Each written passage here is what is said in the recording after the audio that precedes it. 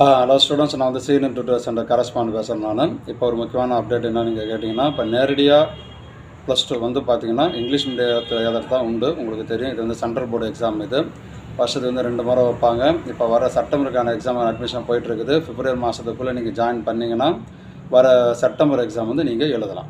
இல்லைன்னா ஒரு விஷயம் நீங்கள் கேட்டிங்கன்னா நம்ம தமிழ்லையும் ஆன்சர் பண்ணலாம். எப்படி நம்ம பார்த்தோம்னா, இப்போ வந்து உங்களுக்கு படித்த அந்த புக்ஸு வந்து அவங்க இங்கிலீஷில் தான் அனுப்புவாங்க.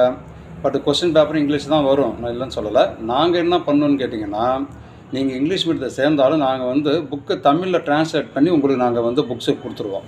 அது மட்டும் இல்லாமல் சில பழைய கொஸ்டின் பேப்பர் நாங்கள் வந்து தமிழில் ட்ரான்ஸ்லேட் பண்ணி உங்களுக்கு கொடுப்போம். ரெண்டாவது, எப்பவும் போல உங்களுக்கு நான் வந்து ஆன்லைனில் கிளாஸ் நடத்துறது, உங்களுக்கு இம்பார்ட்டண்ட்டை குறித்து கொடுத்து அது இல்லாமல் நாங்கள் செய்வோம். கொஸ்டின் பேப்பர் வந்து இங்கிலீஷில் வரும், அதை நீங்கள் புரிஞ்சுக்கிட்டு நீங்கள் வந்து தமிழில் ஆன்சர் நீங்கள் பண்ணலாம். கொஞ்சம் ப்ராக்டிஸ் பண்ணிவிட்டு நம்ம தாராளம் பண்ண முடியும். இதில் நம்ம என்னென்னு கேட்டிங்கன்னா, ஈஸியான சப்ஜெக்டை எடுத்துகிட்டால் நம்மளுக்கு ரொம்ப ஈஸி. எப்படின்னு கேட்டிங்கன்னா, 5 சப்ஜெக்ட் பாஸ் ஆனாவே இதில் போதும். இப்போ தமிழ், இங்கிலீஷ் விட்டுருங்க, அது 2 சப்ஜெக்ட் ஓகே இல்லைங்களா.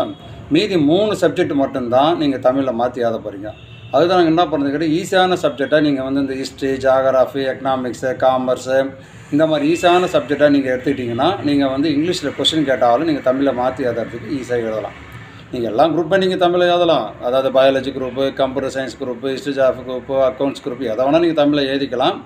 பட் வந்து இந்த நான் சொன்ன சில சப்ஜெக்ட் வந்து தமிழில் எழுதுறதுக்கு உங்களுக்கு வந்து ஈஸியாக இருக்கும். உங்களுக்கு ஏன்னு கேட்டிங்கன்னா, இது வந்து அசைன்மெண்ட் மார்க் இருக்குது, ப்ராக்டிக்கல் மார்க்லாம் இருக்கிறதுனால கொஞ்சம் ஈஸியாக பாஸ் பண்ணுறது ஈஸி. இதெல்லாம் என்ன ஒரு விஷயம் கேட்டிங்கன்னா, தியரியில் வந்து இப்போ நீங்கள் ப்ராக்டிக்கல் உள்ள சப்ஜெக்டாக எடுத்துக்கிட்டிங்கன்னா 20 எடுத்தால் போதும்.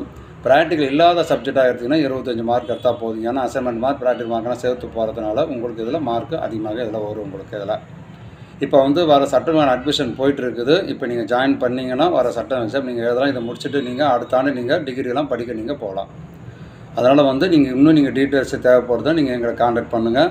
Senior tutor centre, Muthirapalayam, Pondicherry. Cell 9345628610.